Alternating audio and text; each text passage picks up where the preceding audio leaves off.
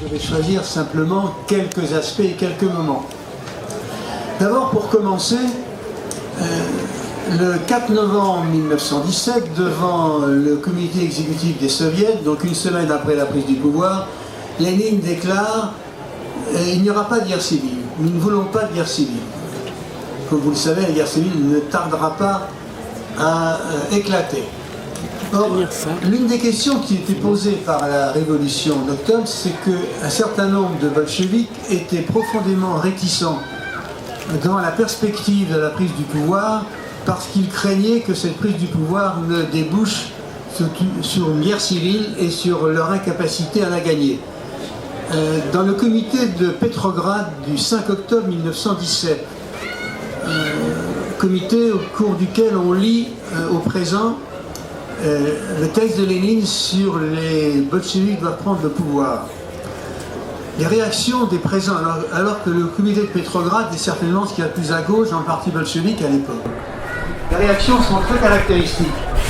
Voici par exemple ce qu'explique Volodarsky, qui est un militant qui avait adhéré au parti bolchevique en août 17. Il appartenait au comité interarrondissement auquel appartenaient aussi Trotsky, Ryazanov et d'autres.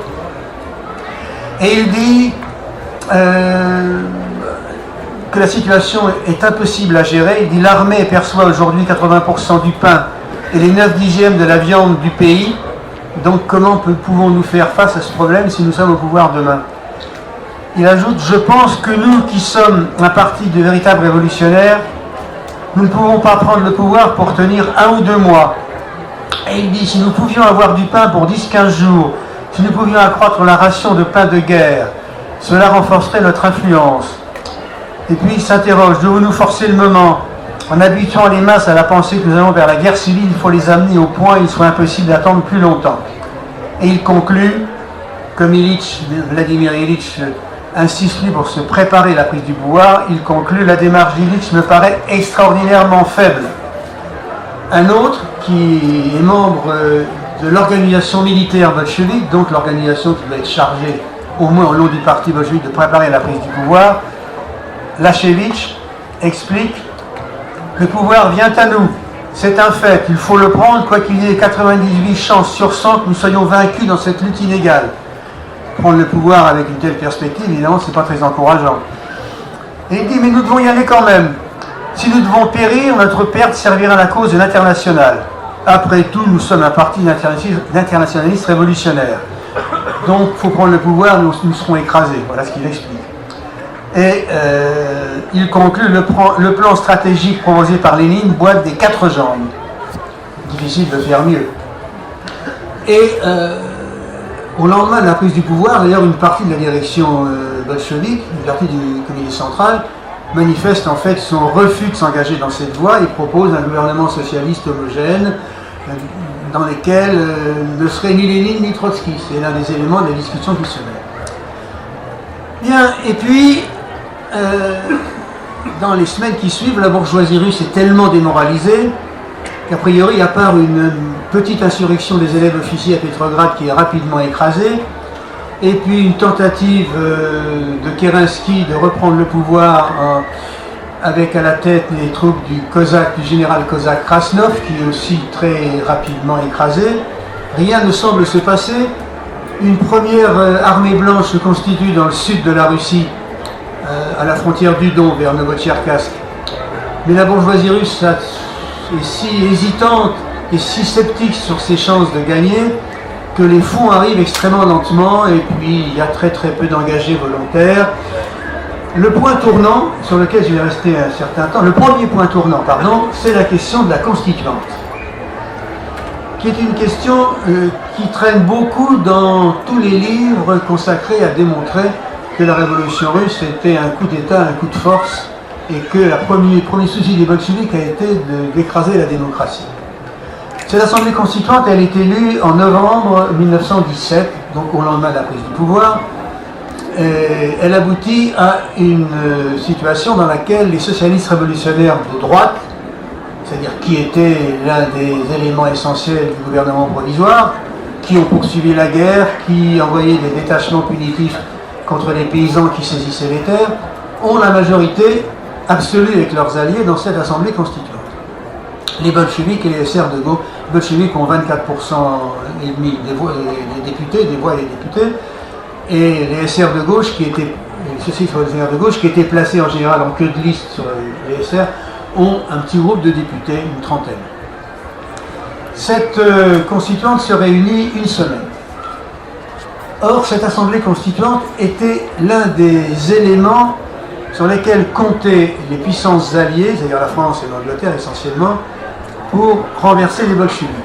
Il y en a un qui le dit très clairement, c'est Jacques Sadoul, qui était membre de la mission militaire française à Petrograd, qui écrivait tous les jours à l'ancien ministre de la guerre français Albert Thomas, le socialiste Albert Thomas, qui se faisait photographier en tenant un obus dans ses bras, et qui était venu voir Kerensky, le ministre de la Justice à l'époque, en avril 17, pour lui dire « j'ai une révélation très importante à vous faire, nous savons que Lénine est un agent allemand ». Ah, Kerensky a accueilli évidemment cette révélation avec beaucoup d'enthousiasme, et ce Jacques Sadoul écrivait tous les jours une lettre à son député, Albert Thomas, et dans une de ses lettres, celle du 22 novembre 1917, il écrit la chose suivante. « Depuis quelques jours, la grande espérance des Alliés, c'est la Constituante. » Et il dit, qu'est-ce qu'ils espèrent? Eh bien, nous espérons, enfin, ils espèrent, il ne dit pas nous. Elle accomplira très vite et très bien la besogne anti-bolchevique que nous attendons d'elle. Pourquoi? Parce que la question qui se pose est, est-ce que c'est cette Assemblée constituante qui va représenter le pouvoir de demain, c'est-à-dire annulant le Congrès des Soviets, qui lui représentait les masses de soldats, de paysans et d'ouvriers, et pour quelle politique? Le président de cette Assemblée constituante, élu, Tchernov, le SR de droite Tchernov, répond à cette question.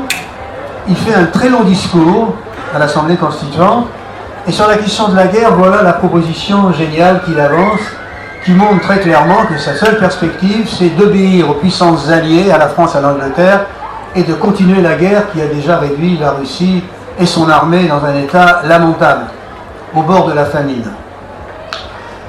Alors évidemment, ce genre de politique se mène toujours enrobé de phrases hypocrites, c'est exactement comme ceux qui s'attaquent au code du travail prétendent l'améliorer, c'est connu, c'est un vieux truc des classes dirigeantes.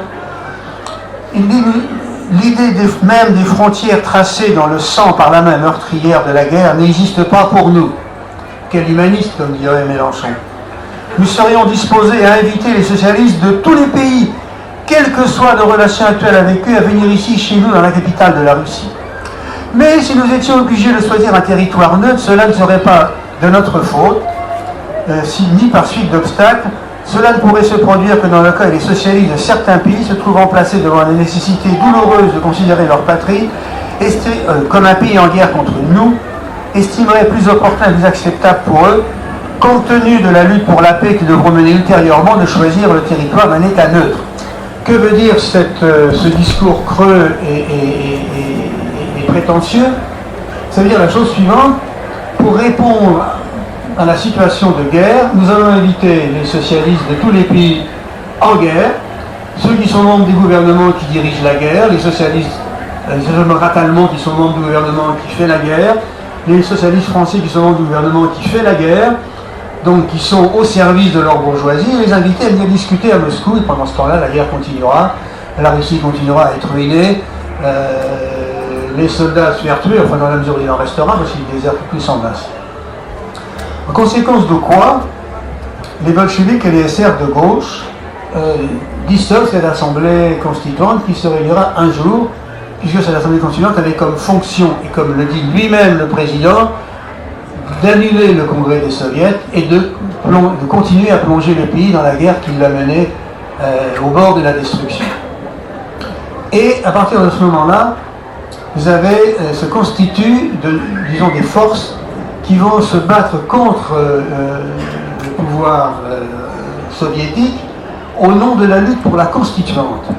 Et ce qui est très intéressant, c'est que tous les généraux blancs qui vont se succéder ou s'ajouter les uns aux autres, à partir du printemps 1918, vont avancer comme revendications le pouvoir à l'Assemblée constituante. Bon, d'abord, les socialistes révolutionnaires de droite, qui constituent un gouvernement qui s'appelle le Komouch à Samara, et puis un autre à Omsk, en Sibérie, et qui affirment leur volonté de rétablir le pouvoir à l'Assemblée constituante et qui lèvent des armées populaires pour combattre les bolcheviks.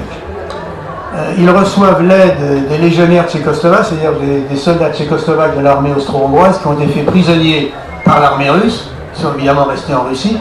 Ils constituent une force d'environ 40 000 soldats professionnels, encadrés, professionnels par rapport à ce qu'est l'armée rouge, à une époque où l'armée rouge est en pleine constitution et est formée d'abord de gardes rouges qui sont animés de convictions politiques sérieuses puisqu'ils s'engagent, mais dont la formation militaire est à peine supérieure à la mienne, c'est-à-dire vraiment très réduite, et qui savent tout juste manier la baïonnette et tirer au fusil.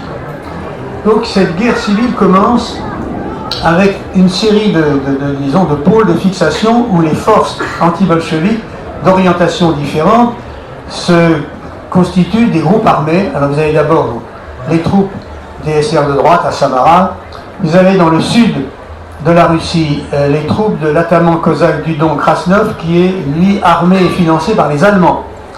Ça lui durera toute la vie d'ailleurs, ce Krasnov, puisque pendant la Deuxième Guerre mondiale il formera une division cosaque SS, ce qui prouve qu'il est fidèle à son orientation, mais il sera chopé par l'armée rouge, heureusement, et pendu le 17 janvier 1947 à Moscou. Enfin, en attendant, il aura eu le temps de faire des dégâts. Dans le sud, à côté de lui, vous avez l'armée des volontaires de Dénikine qui est soutenue, qui affirme sa volonté de poursuivre la guerre, qui est soutenue par les troupes françaises et anglaises qui peuvent difficilement à ce moment-là lui apporter un véritable appui, puisque les Allemands tiennent tout le territoire entre la France et puis la Russie, d'autant que les Allemands ont envahi l'Ukraine à partir fin mars 1918, l'Ukraine déclarée indépendante, et qui a signé un traité de paix séparé avec les Allemands et les Autrichiens le 27 janvier 1918. Mais comme entre impérialistes on peut toujours s'entendre, même si les gouvernements français, anglais, allemands envoient leurs soldats se faire massacrer par les soldats du voisin, eh bien Krasnov, qui reçoit des armes des Allemands, en restitue une partie à Dénikine qui lui va faire la guerre contre les Allemands du côté des Anglais et des Français. Bon, peu importe, après tout l'essentiel c'est que ça puisse servir à écraser la révolution. Alors je ne vais pas raconter tous les événements de cette guerre civile, ça va être trop long puis ça serait très vite fastidieux.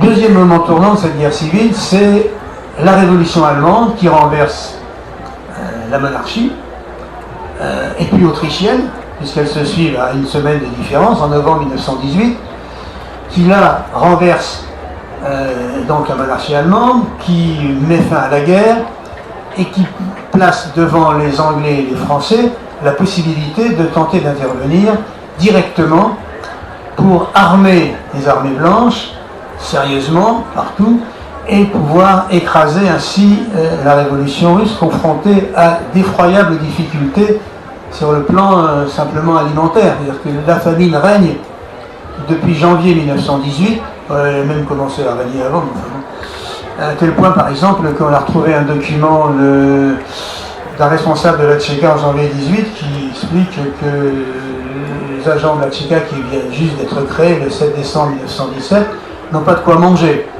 Vous avez des compagnies de soldats qui reçoivent pour manger 150 grammes de pain par jour, soit une ration très inférieure à ce que sera la ration au cachot au goulag sous Staline, pour vous dire.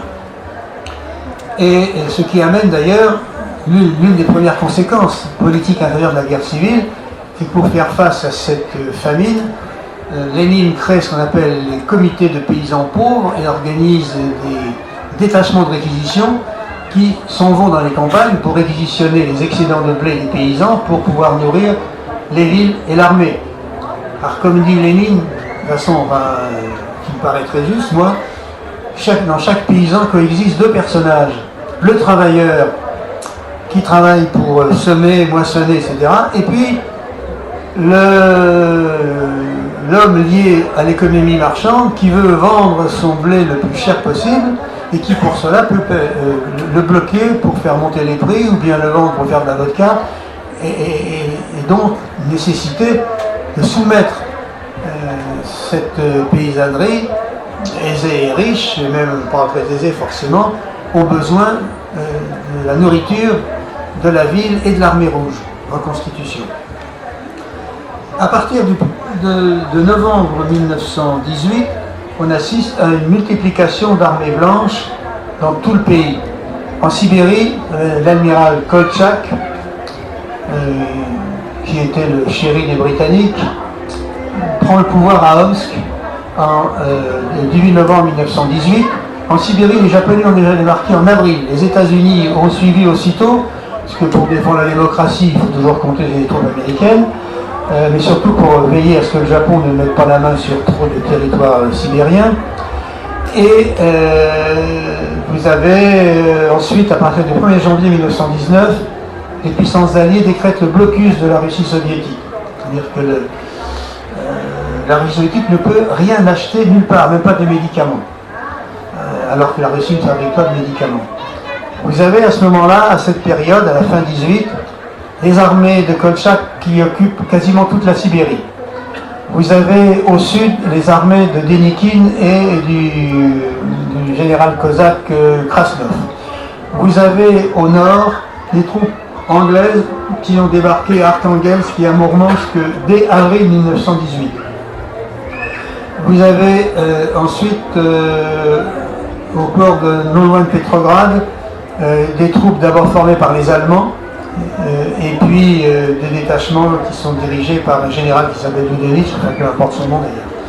Donc la Russie soviétique est réellement encerclée à ce moment-là, alors que l'armée rouge est en pleine constitution et qu'elle a commencé réellement à être constituée comme une véritable armée à partir de fin août 1918, lorsqu'est décrétée la conscription obligatoire, le volontariat ne permettant pas de faire face aux besoins de cette guerre civile.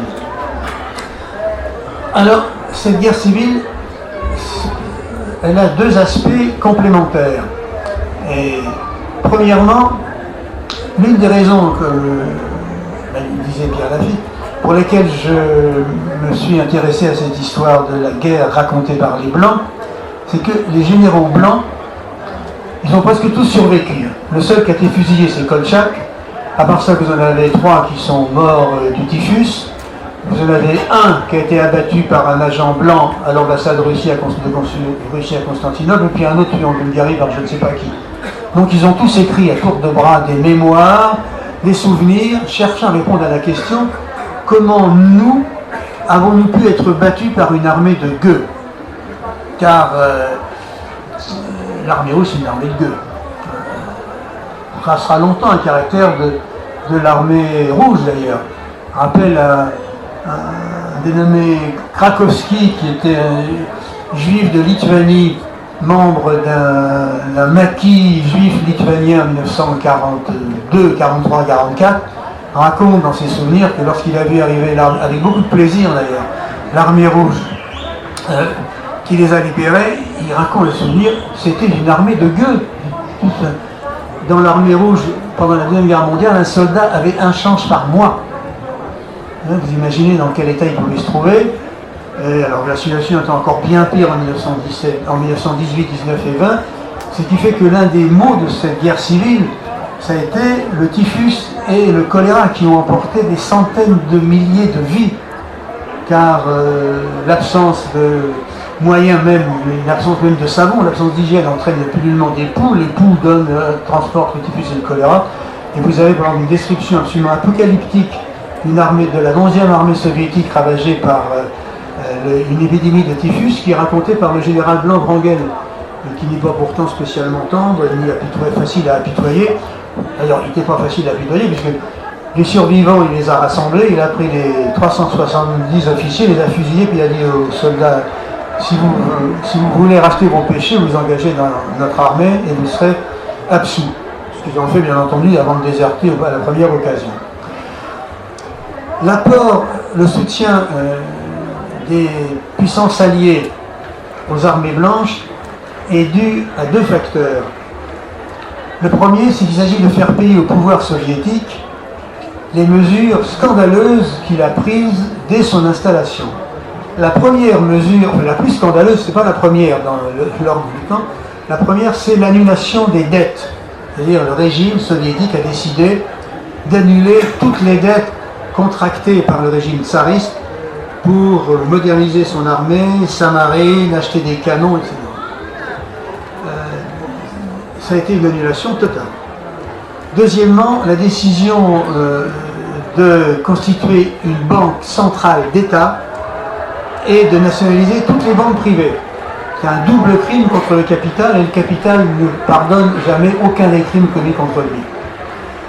Alors il y a bien d'autres mesures qui ont été prises, en particulier toute une série de mesures, entre autres pour l'égalité des femmes, pour délivrer les femmes de leurs problèmes quotidiens, toutes mesures auxquelles la guerre civile empêchera de donner d'ailleurs une véritable traduction concrète. Et puis le deuxième aspect, c'est que la révolution russe a un écho international qui n'est pas un écho lié à la solidarité ou à la sympathie des ouvriers de tel ou tel pays pour les ouvriers russes, mais c'est un écho lié au fait que la situation est révolutionnaire dans un grand nombre des pays européens. Il y en a un qui explique ça de façon particulièrement nette, c'est le ministre des Affaires étrangères social-démocrate de gauche. Ça existait encore à l'époque, bon, enfin pas très à gauche quand même, ne vous effrayez pas, Otto Bauer, qui est ministre des Affaires étrangères du gouvernement républicain constitué après la chute de la monarchie autrichienne, austro-hongroise exactement. Et il écrit un texte en 19 dans lequel il dit la chose suivante, voilà, nous avons renversé les barons politiques, et maintenant, oui, puisqu'ils ont chassé le roi, la noblesse, etc. Et maintenant les ouvriers nous disent, on a chassé les barons politiques, mais il reste les barons dans nos entreprises. Et Otto Bauer ajoute, car il est vrai que la révolution politique éveille l'aspiration à la révolution sociale. Et quelle est la conséquence que Otto Bauer déduit de ce raisonnement et qu'il reproduit lui-même? Il dit, mais il ne faut pas la faire, la révolution sociale. Et pourquoi? Eh bien, expliqué parce que si nous faisons la révolution sociale, nous n'aurons jamais de crédit de l'étranger. Donc ça veut dire que pour ce social-démocrate de gauche, on ne pourra se lancer dans la construction du socialisme que si le capital étranger est d'accord. Le nombre de chances qu'il donne son accord est évidemment assez restreint. Et vous avez la même situation en Allemagne, où là c'est beaucoup plus brutal, puisque en Autriche, ça n'ira pas jusqu'à l'écrasement d'une montée révolutionnaire, mais en Allemagne ça va jusqu'à l'écrasement de la première vague révolutionnaire, puis en Hongrie aussi, mais le châtiment de cette politique, il se fera connaître bientôt, à la fois en Autriche, en Allemagne, en Hongrie et en Italie, où la révolution est imminente en septembre 1920. Il n'y a pas encore de parti communiste à cette époque-là, et où les socialistes très à gauche en Italie, alors sur le plan des mots, ils sont imbattables. Mais comme disait Lénine dans une lettre bolchevique, la révolution, ça n'est pas dans les phrases, c'est dans les actes. Et ces socialistes de gauche tout à fait imbattables dans le domaine des mots ne font strictement rien pour transformer le mouvement de grève insurrectionnelle des ouvriers métallurgistes du nord de l'Italie en grève générale et en prise du pouvoir. Et dans les 4 cas, qu'est-ce qui se passera? Eh bien, ça débouchera sur le fascisme. La défaite de la Révolution débouche sur le fascisme. Mais en 1919, cette défaite, elle n'est pas actée. Donc, Clémenceau déclare le 27 janvier 1919, un danger menace l'Europe si le bolchevisme gagne l'Italie, c'est le bolchevisme. Il faut donc y mettre fin. Il faut donc l'écraser dans l'œuf, si je veux dire. Et d'où la fourniture d'armes très nombreuses à toutes les troupes blanches. Les Américains fournissent Kolchak, mais le font payer. Attention, hein. Il ne faut pas oublier que les affaires, c'est fondamental. D'abord, la démocratie, ça n'est que la couverture politique des affaires. Vous le savez, c'est pas une découverte. Bien, les Français nourrissent en armes l'armée blanche de Wrangel qui est en Crimée. Bon, toutes ces armées subissent déroute sur déroute. malgré des retournements parfois extrêmement périlleux. À tel point que, en février 1919, à un moment où les Blancs semblent près de gagner, les Américains font une proposition. Voilà, on réunit un représentant de toutes les forces qui se battent en Russie dans une conférence pour aboutir à la paix, parce que Wilson, comme vous le savez, est un pacifiste. Et puis voilà, la base de l'accord, c'est chacun garde les territoires qu'il contrôle sur le moment, et puis après, on discutera. Lénine était tout à fait réticent à accepter ça en février, et puis comme en mars 19, les Blancs semblent au bord de gagner, il reprend cette idée et il dit qu'il est d'accord. Les généraux blancs refusent absolument de se réunir avec un bolchevique. Pour eux, c'est un voyou, un bolchevique, c'est un gibier de potence qui est juste bon à être pendu. D'ailleurs, la conférence spéciale de Dénikine, c'est-à-dire son organisme politique, avait pris en mars 19, au même moment d'ailleurs, un arrêté annonçant que seraient pendus tous ceux qui avaient contribué sous quelque forme que ce soit à l'arrivée des bolcheviques au pouvoir. Ça faisait beaucoup de monde. Bien. Et puis finalement, les Blancs seront battus. Alors, ils ont cherché, eux, à comprendre pourquoi ils ont été battus, alors que c'était eux des généraux professionnels. L'armée rouge est dirigée par Trotsky, dont la formation militaire était absolument nulle. Ensuite, des gardes rouges qui étaient aussi sous formation militaire. Et puis, une armée de paysans soldats qui n'étaient pas non plus des guerriers professionnels. Et ils ont cherché toute une série de raisons. Et l'un d'entre eux, d'ailleurs, celui qui était le bras droit de Dénikine, Adélaïde Makrov, a trouvé un certain nombre de raisons qui prouvent qu'il n'était pas idiot, d'ailleurs, que je résumerai très brièvement en prenant simplement l'essentiel. Ils ont indiqué, Dénikine aussi d'ailleurs, qui a écrit 2000 pages là-dessus, dont seul les premières ont été traduites en français, malheureusement, parce que c'est un ouvrage assez intéressant, dans lequel il s'attache à décrire 3 aspects des armées blanches. Le premier, c'est l'écrasante majorité d'officiers qui étaient à l'arrière, parce qu'ils ne croyaient pas à la victoire en réalité. La deuxième, c'est la corruption fantastique qui régnait dans les territoires occupés par l'armée blanche. Une corruption incroyable. Tout était objet de trafic. Vous aviez en Sibérie, par exemple, un général anglais, Knox, qui était chargé d'assurer la fourniture à l'armée de Kolchak des uniformes britanniques. Et au bout d'un certain temps, ils étaient très étonnés, les officiers britanniques qui aidaient l'armée de Kolchak, de voir que les soldats de l'armée rouge en face étaient habillés avec des uniformes britanniques. Vous aurez la même chose en Chine en 45-46, où les officiers de Chiang Kai-shek, financés et arrosés par les Américains, vendront à l'armée de Mao leurs équipements, pas tous quand même, et leurs armes. Le trafic fait partie de la décomposition du capitalisme. Et le troisième aspect, c'est que même si les paysans se révoltaient, c'est arrivé assez souvent puisqu'ils constituaient des armées vertes, dont la principale était celle de Makhno d'ailleurs, contre les réquisitions des bolcheviks, même si certains d'entre eux acceptaient pour sauver leur peau de s'engager dans l'armée blanche contre promesse d'avoir la vie sauve, ils se retournaient très vite contre eux parce que les armées blanches traînaient dans leur fourgon les grands propriétaires terriens. Et ça traduisait de façon très simple. Or, les paysans avaient saisi les terres, considéré qu'elles étaient à eux. Dénikine, par exemple, pour essayer de trouver un accord entre les paysans et les propriétaires terriens qui voulaient remettre la main sur leur propriété, avait instauré une loi provisoire dite du tiers. C'est-à-dire, il a dit aux paysans, voilà, vous cultivez votre terre, enfin celle que vous avez prise, et puis vous donnez simplement un tiers de la récolte à l'ancien propriétaire et vous regardez le reste pour vous. Sauf que le paysan qui avait saisi la terre considérait que non, c'était les 3 tiers pour lui. Et il se disait, les bolcheviks me prennent mon blé pour nous, d'accord, mais quand la guerre sera finie, terminée, ils laisseront la terre. Donc il se retournait contre l'armée blanche.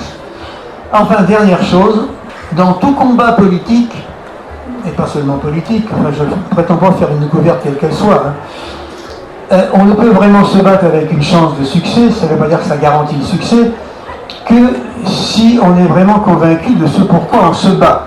Ça ne suffit pas, mais c'est préférable. Or, il y a une chose qui m'a beaucoup frappé quand j'ai lu les souvenirs des Blancs, j'en ai lu des dizaines et des dizaines de souvenirs de Blancs, car comme ils ont tous survécu ou presque, ils ont écrit, c'est que ils étaient quasiment tous monarchistes. Et si vous lisez les souvenirs de ces gens-là, vous apercevez qu'ils disent tous qu'ils ne sont pas pour le rétablissement de la monarchie. Ils expliquent tous à l'époque, en 1918, 19, 20, ils disent tous la même chose, ou presque. Il y a 2-3 exceptions, mais mineures. Oui, nous sommes pour une assemblée constituante qui, elle, décidera de la forme de gouvernement de la Russie de demain. Or, ils sont monarchistes. Et le corps des officiers, lui, est profondément monarchiste. Ils sont invités à combattre pour une cause qui n'est pas celle pour laquelle ils sont prêts, non pas à mourir, enfin au moins à risquer leur vie, enfin, modérément d'ailleurs. Bon. Pourquoi? Parce que ces généraux monarchistes, qui ne sont pas tous idiots, certains ne sont pas idiots du tout même, savent très bien que la masse du peuple russe ne veut pas entendre parler de la monarchie. Tout ce qui est lié à Nicolas II, tout ce qui rappelle la monarchie, eux, ils le rejettent profondément.